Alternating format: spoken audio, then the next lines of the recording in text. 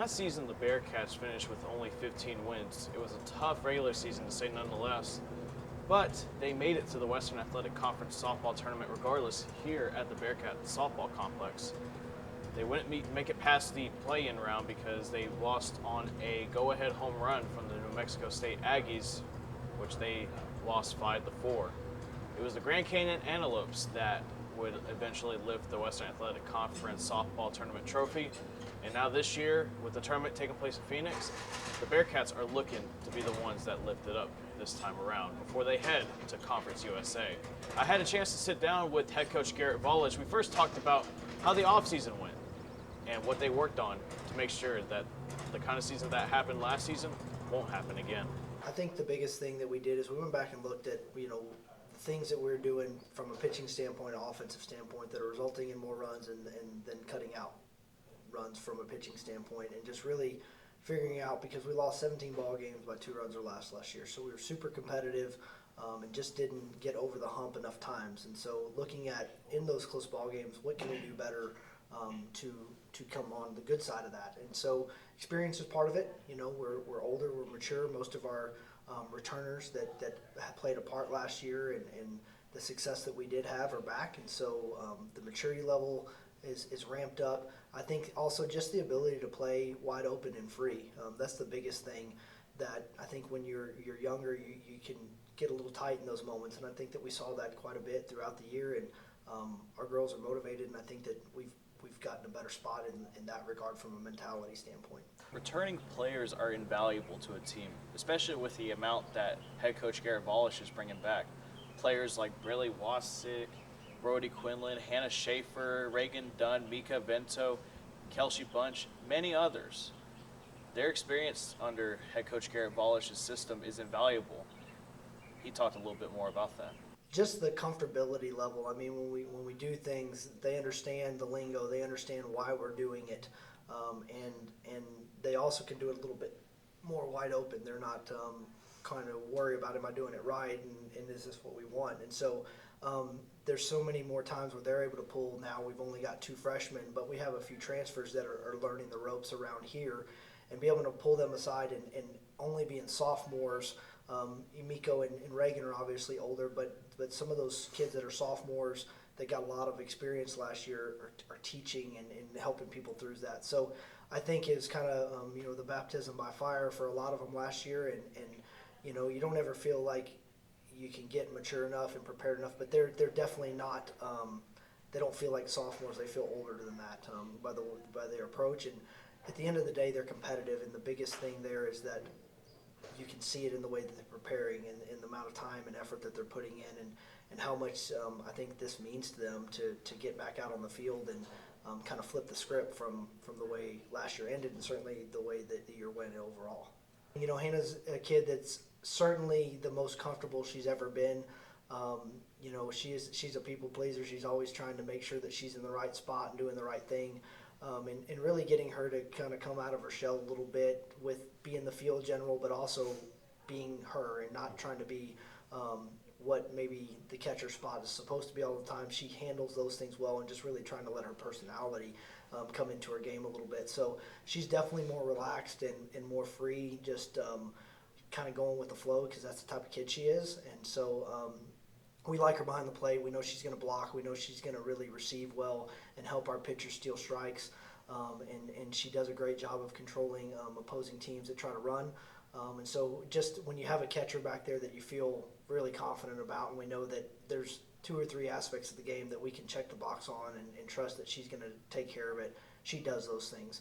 She's gotten more mature from a communication standpoint, helping Coach Tess and myself see how things are going between what the umpire zone and what the pitchers are doing, and what the opposing offense is doing. So there's just a lot of trust there, a lot of faith in what she's seeing, and she's gotten more comfortable from a leadership standpoint of being vocal about it, and I think that's really helped out us and the pitchers all just get on the same page. We've always had a lot of confidence in Mika, and I think that she's a kid that is very resilient. Her first game of her career was a start against U of H, and we put her right out there just because we know that she's got great stuff, and we see it day in and day out from her. And If she has a day that doesn't go so well in her squad, she bounces back the next day. If she has an inning that's a little rough, she bounces back the next inning. And even in that game, her resilience, she gave up the home run and then struck out the next two kids to keep it at that piece against two very tough hitters. And so it gave us a chance to still win a ball game, and we didn't get it done. And so I think Mika's learned that she can't put everything on her shoulders. You know, she's got a role, and she's got to do that role, fulfill that role to the best of her ability. But we've got to do our part from a defensive standpoint, from a pitch calling standpoint, and from an offensive standpoint to put her in position to win ball games. And so I think she's in a better spot with that than she's ever been. We just have a lot of confidence in her. So she's been motivated, and she's worked hard, and seems ready to go. Returning players is nice. There were still some voids on the roster sheet that Coach Valis had to fill. He did that by bringing in 7 new players. You have transfer pitcher, the graduate transfer rather, Emma Giddon, the pitcher from New Mexico out of the Mountain West, the Lobos. She will bring in very valuable experience, and you have others like Julia Herzinger, the transfer, the catcher.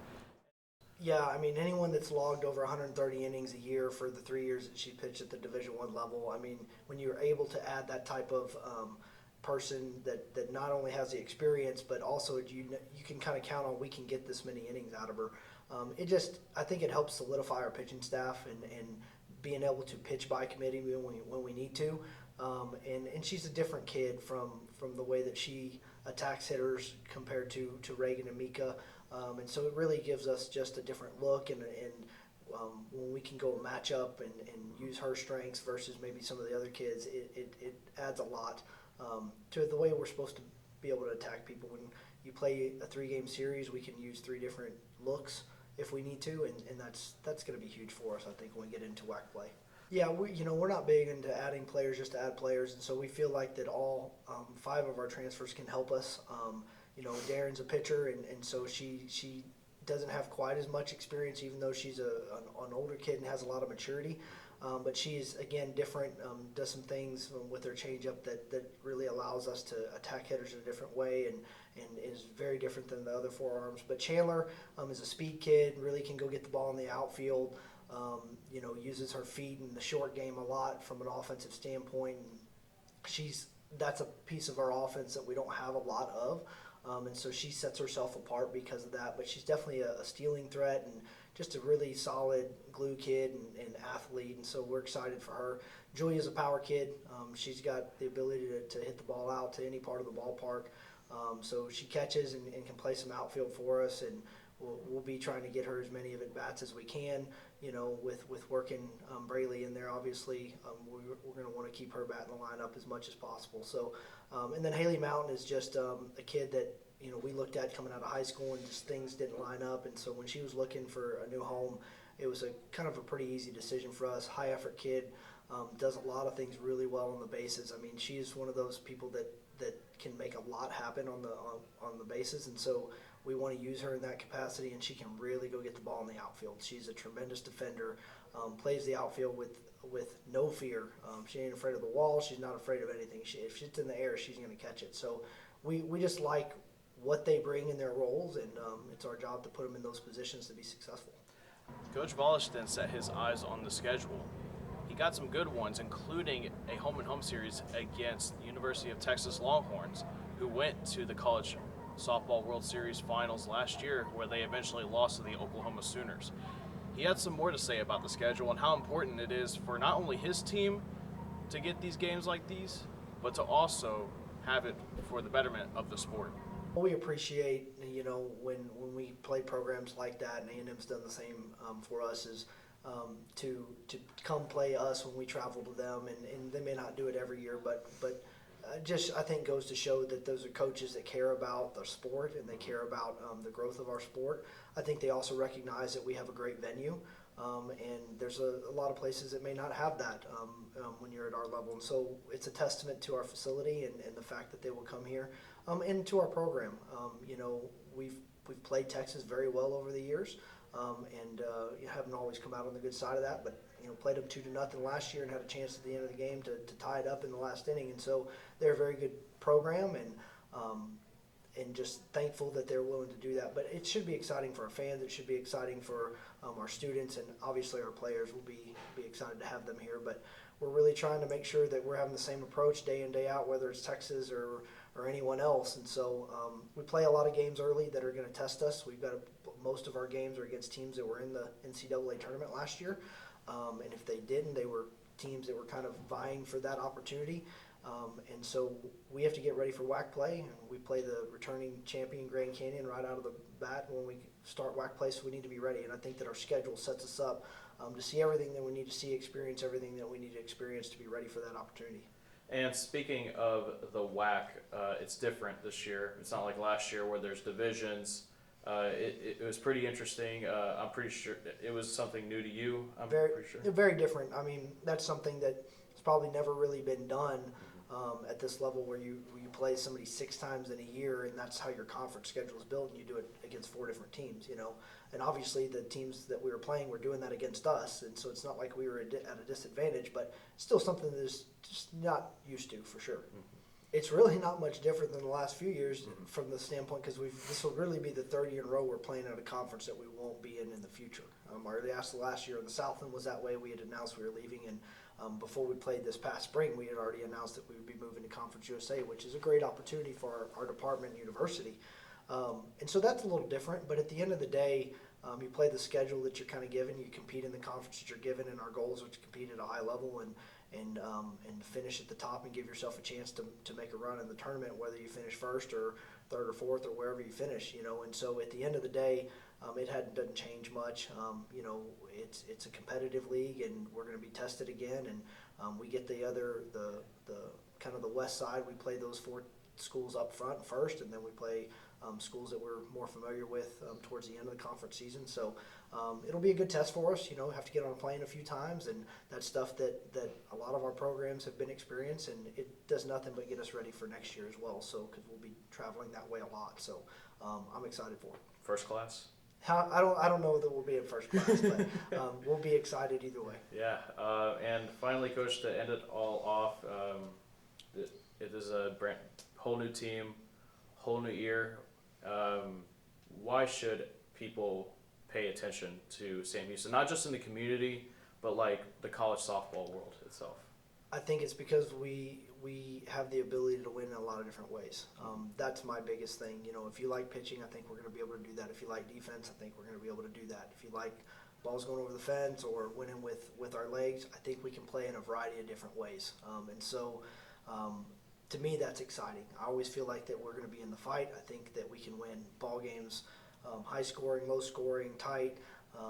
And I feel like that this team has a makeup of a group that people can easily rally around. They're fun to be around. They're well supported by their families and their friends. And I think this community and university will get to see some of that early on in the year. But they just seem like a group that want to fight for each other, and that's usually a group that's easy to get behind. All right, Coach. Thank you very much for your time. Thank you. There's a lot riding on this team this year. You got a lot of exciting young players. Everyone has their own strengths and weaknesses. It seems to complement one another. But whatever happens this season, we can say that this season of Bearkat softball is going to be a fun one.